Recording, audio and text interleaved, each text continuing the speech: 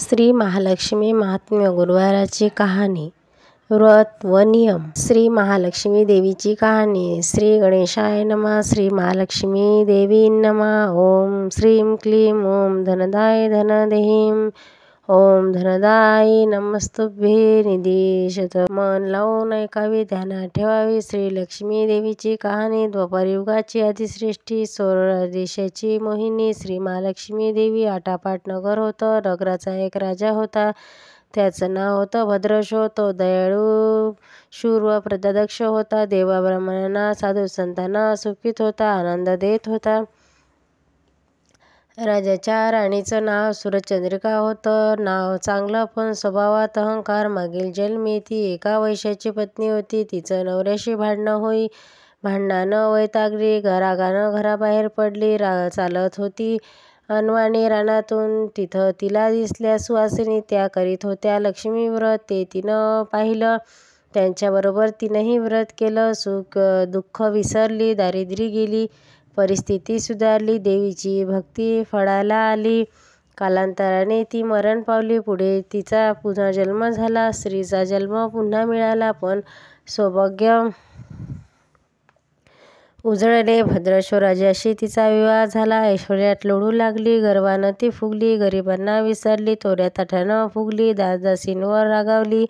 एकदा काय झालं, देवीच्या मनात आलं, राणीला आपण भेटावं, मागच्या जन्मीची आठवण द्यावी, ओळखते की नाही हे बघावं. राणी राजवाड्यात सुखाने राहत होती. राजाही कौतुक करी, तिचे लाड पुरवी. त्या दोघांना पुढे 7 पुत्र आणि 1 कन्या झाली. कन्येचे नाव होतं श्यामवाला.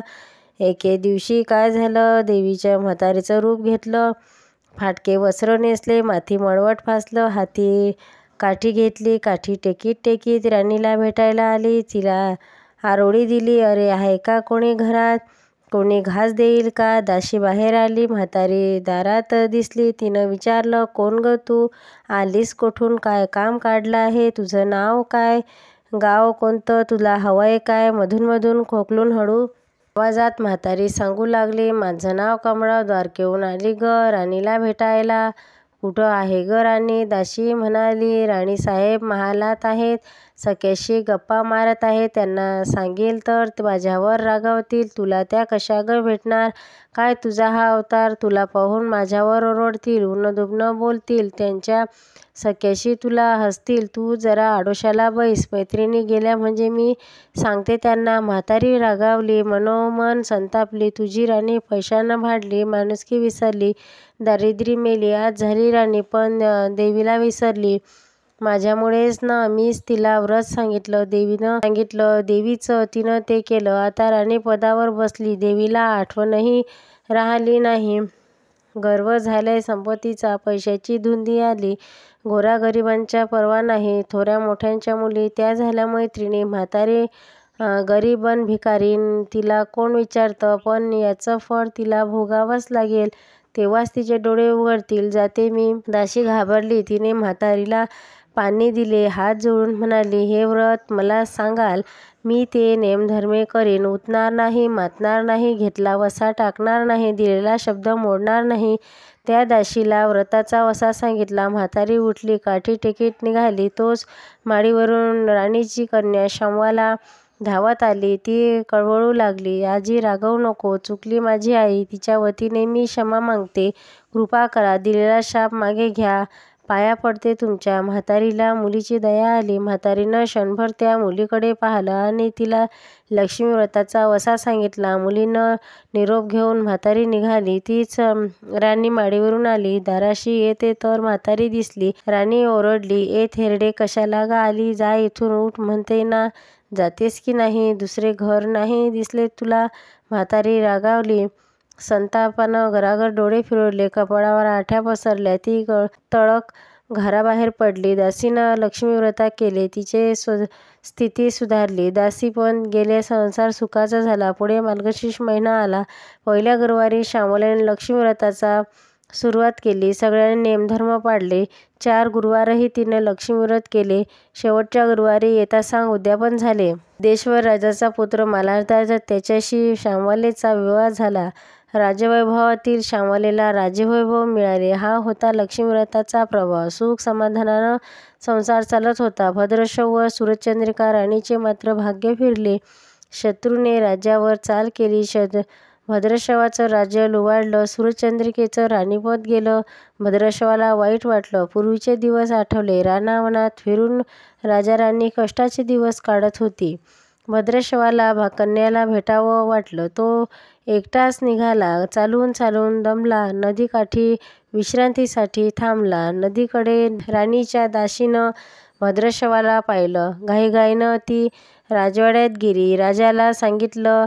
मालाधारानं माणसं पाठवली. आणायला रथ पाठवला. सासऱ्यांना घरी आणलं. सन्मानाने नवी वस्त्र व कंठीहार दिला. श्यामवाला वडिलांची काळजी घेत होती. काही दिवसांनी राजाला वाटलं आता परत जावं. जावयाला सर्व त्याने सांगितलं. पुढचा मीरचा निरोप घेतला. जावयाला मोहरा भरलेला हांडा नोकरांकडे देऊन राजासोबत पाठवला. राजा घरी परतला. चंद्रिकेला भेटला. हांडा पाहून ती आनंदली. घाईनं तिनं झाकण काढलं. आत बघते तर काय, तिला कोळसे दिसले. सूरजचंद्रिकेने कपाळावर हात मारला. नशिबाला दोष दिला. नवऱ्याला सांगितलं. ती ऐकून तोही चकित झाला. दुःख पाठलाग करीत होतं. दारिद्र्य सरत नव्हते. ती चिंतेचे सावट पसरले होते. काळजीचा वणवा भटकतच होता. सूरजचंद्रिकेचा एक दिवस दुःखाचा जात होता. एके दिवशी तिला मुलीला भेटावं, डोळे भरून पाहावं वाटलं. नशिबाचे भोग भोगायचेच आहे. सूरजचंद्रिका घरून निघाली. मुलीच्या सासरी पोचली. तो दिवस गुरुवारचा होता. नदी तीरावर जरा वेळ बसली. दमली होती. त्याच वेळी एक दासी नदीवर आली. तिनं राणीच्या आईला ओळखलं. घाईनं ती महालात गेली. राणीला निरोप दिला. तुमची आई आली. नदी किनारी बसली. खूप दमलेली दिसली. तिला आणायला कोणीतरी पाठवा.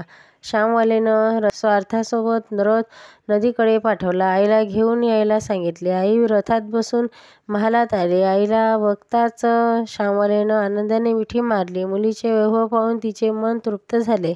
तोंडून शब्द फुटेना. आईनं स्नान केले. मुलीने तिला पैठणी दिली. सोन्याची मोत्याची दागिने दिली. आईचे रूप अधिकच खुलले. दुपारची वेळ झाली. श्यामवालेनं भक्तिभावाने लक्ष्मीची पूजा केली. आरती झाली. धूप दीपाचा वास दरवळला. श्यामवालेचा कडकडीत उपवास होता. भोजनाची तयारी झाली. तिनं आईला जेवायला बोलावलं. सूरजचंद्रिका पाटावर येऊन बसली. पण ती एकदम शांत होती. तिला मागचा जन्म आठवला. लक्ष्मी देवीच्या कृपेनं या जन्मी ती राणी झाली होती. ती म्हणाली, श्यामा, मी देखील तुझ्यासोबत उपवास करीन. श्यामवाला म्हणाली, ठीक आहे. मार्गशीर्ष महिना होता. मुलीनं 4ही गुरुवारी व्रत केलं. ते आईनं पाहिलं. तीही उपवास करू लागली. देवीला भक्तिभावानं प्रार्थना करत होती. महिना संपला. घरी जायचा विचार ठरला. पोचावयाला श्यामवाला सोबत गेली.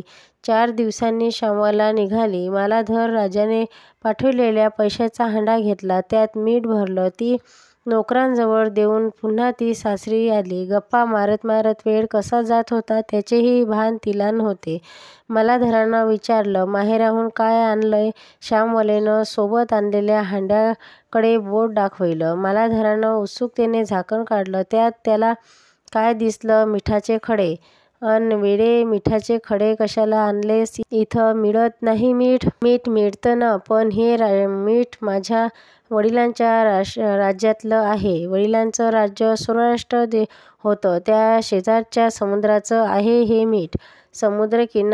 समुद्रतीरावर दूरवर माझ्या वडिलांचे राज्य होते. पण आज श्यामवालेच्या सांगण्यातही खोच राजानं हेरली. तो विचारात गुंगला. श्यामवाला म्हणाली, हे मीठ जीवनाचं अमृत आहे. अन्नाला चव येते ती मिठानंच. मीठ नसलेले पदार्थ आणि ज्याचं मीठ खावं त्याच्याशी इनामी असावं. त्याचं रक्षण करावं. कामात कसूर झाली तरी प्रसंगी प्राणही द्यावा. मालाधरानं निश्चय उठला. त्यानं आपले सेवक सासऱ्याकडे पाठविले. त्यांना बोलावून घेतले. भद्रशवाला काय झालं कळत नव्हतं. ताबडतोब तो जावयाकडे आला. दोघांची गुप्त बैठक झाली. विचार पक्का ठरला. भद्रशवानं अनुमती दिली. मालाधरानं मुख्य सेनापतीला तत्काळ भेटायला बोलावलं. सेनापती आले. त्याने मालाधराला वंदन केले. आज्ञा करावी महाराज. ते म्हणाले, भद्रशवच राज्य जिंकलेल्या शत्रूंवर ताबडतोब स्वारी करा. प्रत्येक सैनिकांच्या हातावर हांड्यातल्या मिठाचा एक एक खडा ठेवा. शपथ घेऊन प्रत्येकाला झुंजायला सांगा. राजाची आज्ञा झाली तशी सेनापतीनेही दुसऱ्या दिवशी सोबत सेना घेऊन बेसावध शत्रूंवर चाल केली. शत्रूंच्या राज्यावर सारे सैनिक तुटून पडले. मालाधराचे सैन्य बेभान लढत होते. शत्रू सैन्य जमिनीवर कोसळले होते. सूर्य पश्चिमेकडे जात होता. अंधार हळूहळू पसरत होता. शेवटी मालाधराच्या सैन्यानं शत्रूंचा फडाशा पाडला. अपूर्व विजय मिळवला. भद्रशवाचं राज्य पुन्हा मिळालं. मालाधराला व श्यामलेला ही आनंदाची बातमी सेनापतीने ताबडतोब कळविली. सैनिकांनी शत्रुराज्यातील खजिना लुटला. अफाट संपत्ती मिळवली. ती पोत्यात भरून मालाधरांकडे आणली. त्यात सोन्याच्या मोहरा, बरीच नाणी होती आणि शास्त्राचा साठाही होता. श्यामलेनं भद्रशवास सूर्यचंद्रिके राणीला घेऊन यायला सांगितलं. ती आल्यावर घरात आनंदाचा उधळ आला होता. तो होता गुरुवार. श्यामलेनं लक्ष्मीव्रताचा पूजा केली. आरती झाली. धूपदीपाचा सुगंध दरवळला. तिनं व तिच्या आईनं उपवास केला. रात्री देवीची आरती झाली. देवीला नैवेद्य दाखवून सर्वांनी पक्वान्नाचे जेवण केले. मार्गशीर्ष महिन्यातला व शेवटचा गुरुवार, लक्ष्मीव्रताचा शेवटचा दिवस, मंगल मुहूर्ताचा दिवस. मालाधरानं भद्रशवाचं राज्य त्याच्या स्वाधीन केलं. त्यानं या व्रताची सांगता झाली. राजा-राणी स्वराष्ट्रात आले. सूर्यचंद्रिकेनं पुन्हा लक्ष्मी व्रताचा वसा घेतला. तो अजन्म पाडला. घरची स्थिती सुधारली. राजाचे 7 पुत्र दूर देशाहून अचानक घरी आले. त्यांना पाहून आई वडिलांना आनंद झाला. या व्रतामुळे राजा-राणी सुखी झाले. दुःखाचे वादळ सरले. अशी 60 उत्तराची कहाणी. 5 उत्तरी सुफळ संपूर्ण. सर्वांना देवीला वंदन करावं. त्याचं घर सदैव आनंदित राहावे अशी लक्ष्मीदेवीला प्रार्थना करा. आरती श्री लक्ष्मीदेवीची. ओवाळू आरती जय जय लक्ष्मी माता. प्रसन्न वंदने प्रसन्न होशी तारीख तू भक्ता. पूर्वजन्मीची व्रत पुण्याई वैभव राणीला. गर्वधनाचा तिला विसरली लक्ष्मी मातेला. अपमानाने शाप दिला मग आली दारिद्रता. प्रसन्न वंदने प्रसन्न होशी तारीख तू भक्ता. व्रत केल्याने प्रसन्न झाली देवी राणीला. दैत्य दुःख ते दूर करुणी मन निर्मळ झाले श्यामला दाशीला. पावन हो माता. प्रसन्न वंदने प्रसन्न होशी तारीख तू भक्ता. व्रत केल्याने प्रसन्न झाली देवी राणीला. दैत्य दुःख ते दूर करुणी मन निर्मळ झाले श्यामला दाशीला. पावन हो माता. प्रसन्न वंदने प्रसन्न होशी तारीख तू भक्ता. गुरुवारी हे जे व्रत करतील नेम धर्म धरुनी. मनोकामना पूर्ण करतील हो घटित हो करणी. केळ कर गुरुजी रमला गुण गाता. प्रसन्न वंदने प्रसन्न होशी तारीख तू भक्ता. आरती नंबर 2. आरती लक्ष्मी मातेची. जय देवी जय लक्ष्मी माता. वससी व्यापक रूपे तू स्थूल सूक्ष्मी. करवीर पूर्वासिनी सुरवर मुनिकांता. पुनरहर वरदायिनी मुरहर प्रियकांता. कमलाकारे जठरले जन्मविधाता.